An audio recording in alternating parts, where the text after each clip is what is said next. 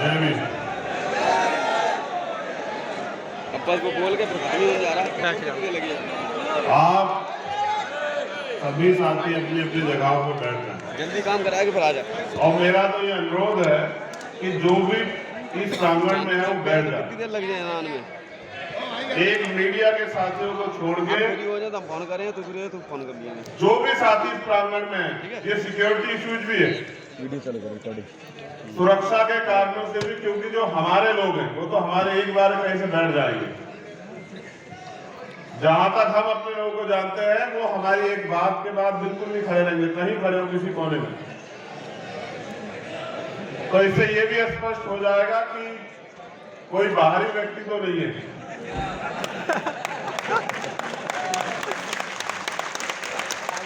इधर मुझे थोड़ा सा डाउट है, वो जो कॉर्नर है ना इधर,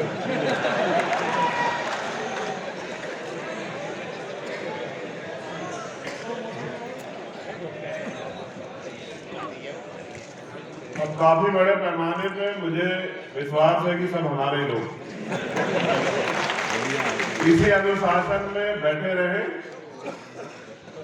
मुझे बहुत महत्वपूर्ण बातें आपसे करनी है। आपने मुझे समय दिया, संचालक महोदय,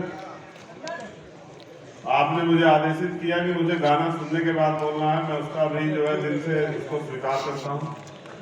मैंने वो बड़ी शालीनता से गाना भी सुना, और यहाँ उपस्थित Bhim army, Azad Samaj party, mission 78, अधिवक्ता मोर्चा, महिला मोर्चा, किसान मोर्चा, बहुजन वॉलंटियर फोर्स, जो भी हमारा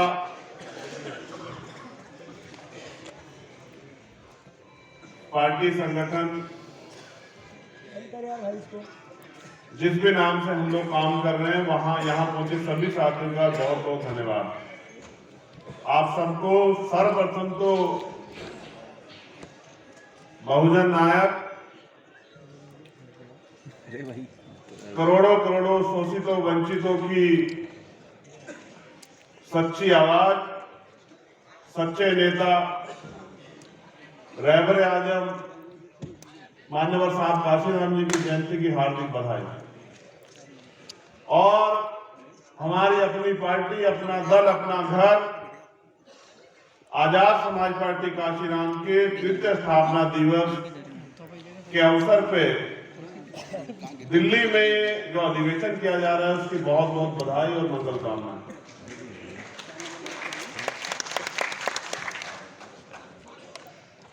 पूरे देश के विभिन्न कोनों से, विभिन्न राज्यों से आए हमारे सम्मानित नेता, पदाधिकारी, कार्यकर्ता और अन्य साथी, सभी का बहुत बहुत धन्यवाद कि जो गाइडलाइन जारी हुई थी उस गाइडलाइन के अंडरटेकिंग आप यहाँ पहुंचे, आपने अनुशासन का पालन किया, आप समय से आए। क्योंकि हमारा संगठन बहुत विशालकाय संगठन है, एक बड़ा संगठन है, तो एक दिन में कोई अधिवेशन पूरा नहीं हो सकता।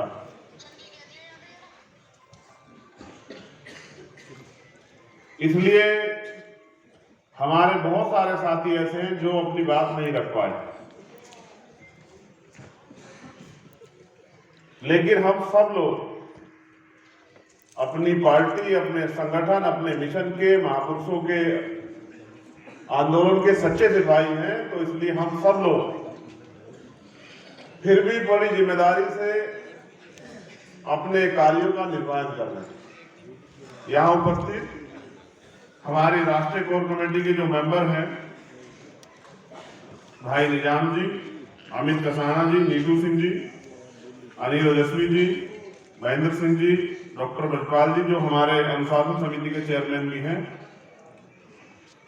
भाई महक सिंह जी, भाई रामे प्रधान जी, भाई हिमांशु वाल्मीकि जी, भाई डॉक्टर बीपी नीलरतन जी, भाई गोपी गुजर जी, भाई मोहनलाल जी, भाई हाजी एहसान साहब, भाई चौधरी सतपाल जी, भाई वीरेंद्र कुमार श्रीश जी, भाई रविंद्र कुमार भाटी जी, भाई राजकुमार गौतम जी, भाई सुनील कुमार चित्तौड़ जी, भाई साजिद सैफी जी, सुनील कुमार भाई गुलजार सिद्दीकी सामने जी, भाई जतिन कुमार जी, ये सुनील कुमार भाई चित्तौड़ डॉक्टर आकिब सामने साहब, कैसे भाई आवेद अहमद ये जी, दो भाई आई कार्ड संजय डाले रित जी, भाई हरजीत सिंह डायरी भट्टी पकड़े जी, हैं ग्रीन कलर की भाई राजेंद्र सिंह यादव जी, लेडीज के बगल में ना। भाई कमल सिंह वालिया जी, अच्छा भाई MS आर्या जी, डायरी जो पकड़े हुए हैं सुनील चित्तौड़ यहाँ भाई अधिकारी हैं अपने यूपी के अमर चौधरी अमर सिंह पदाधिकारी हैं जी, ये दोनों ये मामले तो में ये ये लोन जाए वो मामले में। वो तो बताया था भाई जौहर आजाद जी जो हमारे आजाद समाज पार्टी के प्रदेश अध्यक्ष हैं बिहार के, भाई सुनील अवस्थी जी जो मध्य प्रदेश के अध्यक्ष हैं, अच्छा यूपी में भाई राम लखन मीणा जी जो राजस्थान के अध्यक्ष हैं, यूपी से हैं कि जहाँ राष्ट्रीय है भाई महेश सहवाल जी जो दिल्ली के अध्यक्ष हैं, राष्ट्रीय में ध्यान बोल रहा भाई राकेश कसाना जी जो दिल्ली के प्रभारी हैं, भाई नरेंद्र भिकुराम जैन जी जो हमारे बहुत सीनियर मेंबर हैं और प्रभारी भी हैं दिल्ली के, कसाना कई गुजर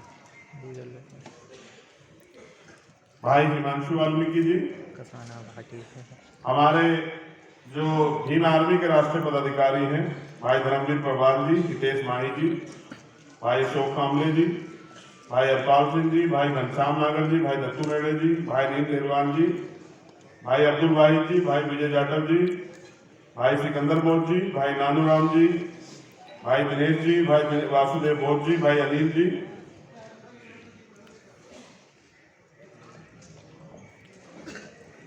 भाई सुनील वैरसिया जी, भाई बलबीर गच्चा जी, भाई कुलदीप भार्गव जी, भाई कमल ब्राड़ा जी, भाई कमल लोनी जी, भाई रवि कुमार जी, भाई राजकुमार जांगड़े जी, भाई संजय कुमार रवि जी, भाई लंकेश जी, भाई मतिन जी, भाई रवि जी झारखंड वाले, भाई महेश जी, भाई सीताराम बदावनी जी, भाई देवेंद्र मकवाना जी, भाई अनिल प्रधान जी, भाई रतीश जी, यशपाल गोरे जी और रविदास धनंजय जी, भाई जुबेर चौधरी जो हमारे Bhim army student federation Delhi के जो संयोजक हैं, भाई अब्दुल वसीम जी और भाई हर्ष वग्गा जी जो मैं उनकी जितनी तारीफ करूं भीम आर्मी स्टूडेंट फेडरेशन की वो कम है। बिना कहे वो जरा से आदेश पे दिल्ली में पूरे देश में कहीं भी अन्याय होता है उसके पक्ष में आंदोलन करते हैं। मैं दिल से उनका धन्यवाद करता हूँ। इसके नाम के बाद अगर कोई छूट गया तो भाई मुझे बता देना, मैं कोशिश करूंगा सभी के नाम ले लूं। नहीं मैंने ले लिया था, वो बोल भी नहीं पाया, उनका बहुत बहुत धन्यवाद। मेरे पास 2 स्टेट की बहुत महत्वपूर्ण लिस्टें मैंने मंगाई है, मैं उनसे भी चर्चा करूंगा, लेकिन उससे पहले आप सब साथी जो इस देश में इस आंदोलन के लिए काम कर रहे हैं, तन मन धन सबक लगा के इस आंदोलन को आगे बढ़ाने का काम कर रहे हैं, तमाम तरह की मुसीबतें सह रहे हैं। मैं जितना सम्मान इनका करता हूं उतना ही पूरी ईमानदारी से आप लोगों का भी उतना ही सम्मान करता हूं। मेरी नजर में इस आंदोलन से जुड़ा हुआ हर एक कार्यकर्ता मेरे लिए बहुत महत्वपूर्ण है। भाई कुकरेजा जी, हमारी दोनों महिला नेता भाई अर्चना गौतम जी, बहन अर्चना गौतम जी और बहन नेहा ताई जी, भाई बहन वंदना सुनकर जी, इन सब का भी मैं धन्यवाद करता हूँ। हमारी महिला नेता और हमारी बहनें यहाँ बैठी हुई हैं, मैं उनका भी स्वागत करता हूँ यहाँ आने के लिए। साथियों, समय की कमी के कारण बहुत सारे अन्य जो साथी आए थे उनको बोलने का मौका नहीं मिला। आप सबकी तरफ से मैं उनसे खेद प्रकट करता हूं कि आपको अगली बार हम प्रयास करेंगे कि ज्यादा लोगों को बुलवाएं। सम्मानित इस देश के मालिकों, इस देश के मूल निवासियों, हम पार्टी का 3रा स्थापना दिवस मना रहे हैं। इस अवसर पर मैं बहुजन समाज पे समय समय पे जो संत गुरु महापुरुष जन्मे हैं उनको भी नमन करता हूं। सबसे पहले हम चर्चा उन रहबर की करेंगे जिनकी आज जयंती है, जिनके नाम से हमारी पार्टी में जिनका नाम भी शामिल है। फिर उसके बाद हम अपनी पार्टी पर चर्चा करेंगे, आगे के दिशा निर्देशों पर चर्चा करेंगे, आगे के कार्यों पर चर्चा करेंगे, तो अधिवेशन पे भी चर्चा करेंगे। आप सब लोगों ने सहयोग भी किया है अपनी मेहनत की कमाई से, जिससे अधिवेशन संभव हो पाया। मैं आपका फिर दोबारा से धन्यवाद करता हूं।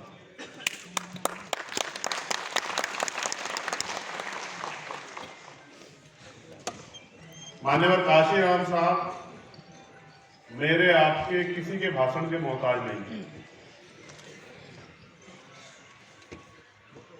उन्होंने अपने जीवन में जो कुछ भी अर्जित किया, जो सम्मान पाया, नाम पाया, उसके लिए उन्होंने बहुत कठिन परिश्रम किया और विपरीत परिस्थितियों में अपने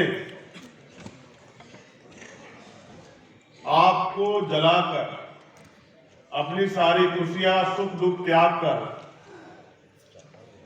यहां तक कि अपने पेट को भी काट कर उन्होंने इस आंदोलन को कामयाब किया, तब जब हमारे जैसे लोग सांस ले पाए। वो ये कहते थे कि मुर्दा लोग मिशन नहीं चलाते और जिंदा लोग मिशन को रुकने नहीं देते। आज जब मैंने उनको नमन किया तो मैंने उनको यही लाइन से आत्मसात किया।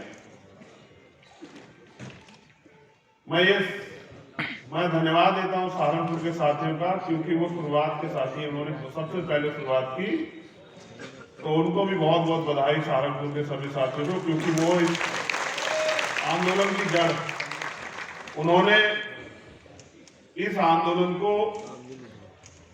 सींचने का काम किया, शुरू करने का काम किया। लेकिन आज जब मैं देश के सभी कोनों में जाता हूं तो मैं देखता हूं कि बड़ी ईमानदारी से, हमसे भी ज्यादा मेहनत हमारे कार्यकर्ता जमीन पर कर रहे हैं। हो सकता है हमें कुछ कमी हो, लेकिन हमारे कार्यकर्ताओं की मेहनत में कोई कमी नहीं। जिस संगठन, जिस पार्टी के पास इतने ईमानदार, संकल्पित, अनुशासित, समर्पित कार्यकर्ता हो, उसको कामयाब होने से कोई नहीं रोक सकता। और जो कार्य किसी पवित्र उद्देश्य के लिए लाखों, करोड़ों, अरबों लोगों को सामाजिक न्याय, अवसर, तमाम तरह की परेशानियों से मुक्ति के लिए चलाया जा रहा हो, वो भी कभी नाकामयाब नहीं हो सकता अगर हम उसको पूरी ईमानदारी से चला रहे हैं। सम्मानित साथियों, जब मुझसे पूछा जाता है कि इतना बल कहां से आता है, तो मैं आपको बताना चाहता हूं कि इतना बल कहां से आता है। यहां हमारे एक भाई बैठे हैं, सुदर्शन यादव जी। ये बल यहां से आता है कि उनकी माता का देहांत हो गया आज, लेकिन वो आदमी यहां इस सभा में अपने अधिवेशन में मौजूद है। कहां है सुदर्शन भाई? जय भीम। पिता का, उनके पिता का देहांत हुआ है और मैं मंचों से कहता हूं, पिता जो है ना, हीरो होता है, हीरो बेटे का। बड़ा फोन किया, जरा मुझे पानी देना। सुदर्शन यहाँ है तो मुझे एहसास होता है कि कितना त्याग इस आंदोलन के लिए करना पड़ता है। धन्यवाद, दिल से जय भीम। वो मिशनरी गायक भी, और इसके जैसी परिस्थिति हमारे बहुत सारे परिवारों पे पहले से आ चुकी। समय समय पे एक तरफ हमारा व्यक्तिगत परिवार था और हमारे परिवार में परेशानियां थी, दूसरी तरफ समाज था। हमने परिवार को छोड़ के समाज को चुना। ये भीम आर्मी की ताकत है। जो लोग जानना चाहते हैं कि भीम आर्मी इतने कम समय में दुनिया के पटल पे कैसे कामयाब हुई, उनका नाम टाइम्स मैगजीन में उनके वर्कर का क्यों आता, उनके कार्यकर्ता का, उनको मेरा ये जवाब कि भीम आर्मी के लोग दिमाग का तो काम लेते हैं, लेकिन अपना दिल निकाल के समाज के लिए तैयार है, अपना दिल तक निकाल रखने। और उसी ताकत की वजह से आज एक प्राइमरी स्कूल के हेडमास्टर का बेटा दिल्ली में खड़े होकर अपने महापुरुषों के आंदोलन को आगे बढ़ाने के लिए काम कर रहा है। अगर ये त्याग इस आंदोलन में ना हो तो बहुत सारी दुकानें और संगठन बहुत सारे लोगों ने चला रखे हैं देश में, आज तक उनको जिले में पहचान नहीं मिल पाई। इसलिए मैं भीम आर्मी आजाद समाज पार्टी के कार्यकर्ताओं का धन्यवाद देता हूं और उनको कैडर देने वाले हमारे मिशन 78 के तमाम सीनियर लोगों का बहुत बहुत दिल से धन्यवाद करता हूं, क्योंकि उन्होंने हमारी ताकत को रास्ता देने का काम किया। तो मैं जब बात काशीराम साहब पे कर रहा हूं तो मैं याद दिलाता हूं आपको कि बाबा साहब अम्बेडकर जब 56 में चले गए और उनके द्वारा बनाया गया दल आरपीआई, जिसको वो आगे बढ़ाना चाहते, सीखना चाहते थे अपने ज्ञान, अपने बल, अपने तप के जरिए, जिसके लिए उन्होंने अपनी नौकरी छोड़ दी, क्लास 1 की नौकरी साइंटिस्ट वैज्ञानिक होने के बाद। और जब वो उसमें कुछ नहीं कर पाए और वहां के नेताओं ने उनको ये कह के इग्नोर कर दिया कि तुम हो कौन, हम 30 साल से चला रहे हैं, 20 साल से चला रहे हैं, तुम कल के आए हुए तो तुम हमें सिखाओगे। और क्या समय बीता होगा मेरे रहबर पे कि वो सब कुछ छोड़ के नाउम्मीद होके दिल्ली चले आए। और यहां दिल्ली में आके, दिल्ली में उस समय एमसीडी का चुनाव था, मैंने इतिहास में पढ़ा है, उन्होंने अपने पैसे से 25 लोग जो हैं यहाँ एमसीडी में चुनाव लड़ाए पार्षदी का, अपना पैसा देकर 25 के 25 की जमानत जब्त हो गई। लेकिन हौसला देखो उस महामानव का, अपने हार नहीं माना, क्योंकि जब आप मैदान में उतर जाओगे तो हार और जीत तो मिलेगी आपको। ये लड़ाई बड़ी कठिन लड़ाई है। दुनिया की दुश्मन की ताकत से लड़ने के लिए इस दुनिया में आपको बहुत धैर्य रखना पड़ेगा। हमारे साथी भी निराश ना हो। जब मैं हौसला जुटाने की बात करता हूं तो मैं अपने रहबर को याद करता हूं, उनके दर्द को याद करता हूं कि बिना साधनों के, साइकिल से, पैदल, बस, ट्रेन से किस तरह से उन्होंने अपने आंदोलन को आगे बढ़ाया।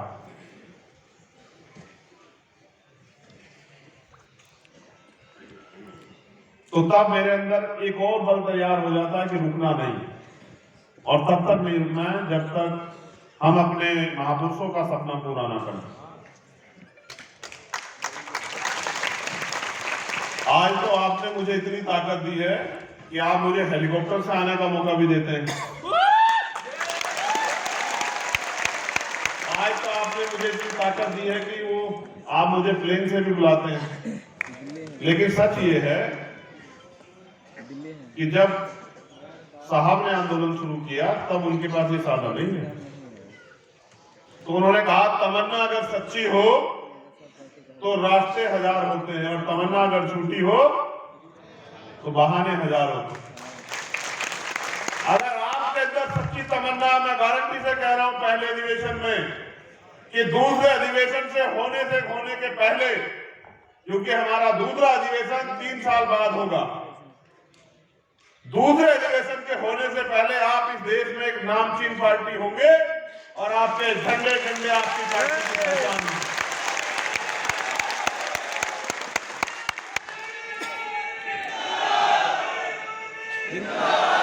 बस जरूरत है जितना दम आप इस नारों के साथ लगाते हैं उतने दम से आप जमीन पे जाके काम भी करो। मैं कुछ बातें आपके सामने रखूंगा, क्योंकि देखो मैं तब से सुन रहा हूं, हमारे सब साथी महापुरुषों के बारे में बोलते हैं, मैं भी महापुरुषों के बारे में बोल सकता हूं, बहुत देर बोल सकता हूं, लेकिन मैं कह रहा हूं, मैंने इनसे निवेदन ये किया था कि आप ये बताना हमने अब तक कितना काम किया, हम किस किस जिम्मेदारी पे, हमने क्या क्या काम तैयार कर लिया, क्या क्या काम अधूरा है, क्या क्या हमें अपने साथियों से उम्मीद करनी है कि उस काम को वो करने में हमारी मदद कराएं। तो मेरे ऊपर आपने जिम्मेदारी दी कि मैं इस आंदोलन का नेतृत्व करूं, और आप मुझ पर भरोसा करते हैं। जितना भरोसा आप मुझ पर करते हैं लगभग उतना ही भरोसा मैं आप पर भी करता हूं कि आप इस आंदोलन में मेरे साथ खड़े रहेंगे और मुझे समय देंगे इस आंदोलन को आगे बढ़ाने। मैं अधिवेशन के विषय में कहूं तो हमने तय किया कोर कमेटी के लोगों में कि बहुत सीमित डेलीगेट लोगों को बुलाएंगे। जो हमारे डेलीगेट बने हुए हैं, जिले के अध्यक्ष, मंडल के अध्यक्ष, प्रदेश के अध्यक्ष, प्रदेश की कमेटी, उन्हीं लोगों को बुलाएंगे। क्योंकि जैसे आज हम लोग यहाँ 17 तारीख में हमारी रैली है छतरपुर में, मध्य प्रदेश में, तो वहां वो काम भी देखना है। उसके अलावा तमाम प्रदेशों में अलग अलग काम लगे हुए हैं। तो हमने ये तय किया था कि बहुत कम डेलीगेट लोगों को बुलाएंगे, 2 स्टेट पे ज्यादा फोकस करेंगे, 2-3 स्टेट पे, जिनमें उत्तर प्रदेश है, मध्य प्रदेश है, राजस्थान। उनके ज्यादा डेलीगेट को बुलाएंगे, उनको समझाने का काम करेंगे कि किस तरह से आने वाले समय में उन्हें काम करना है। इसीलिए तय हुआ था कि कब लोगों को बुलाएंगे। फिर मैंने सोचा कि भाई मेरा तो मन ये था कि भाई जो भी जगह मिल जाए उसमें कर ले। तो हमारे साथियों ने कहा कि अब तो हमें महामानव के आशीर्वाद से, हमारे संतों गुरुओं महापुरुषों के आशीर्वाद से, बाबा साहब अम्बेडकर के त्याग बलिदान से अब तो हम पे इतने साधन तैयार हो गए कि हम कोई बड़ा सा हॉल कर सकते हैं जहां आपको भी गर्मी ना लगे और हमारे आने वाले साथियों को भी गर्मी ना लगे, आराम से वो आपकी बात कर सकते हैं। फिर ये फैसला हुआ कि भाई कोई ऑडिटोरियम ढूंढा जाए। तो ऑडिटोरियम फिर कहीं ढूंढे, सारे बुक थे। मन तो ये था कि अधिवेशन पे एक बड़ा समारोह करेंगे कि जो वर्तमान का शासक है उसकी जड़ें हिल जाएं। फिर ये तय हुआ कि अभी तो हिला ही है मध्य प्रदेश में,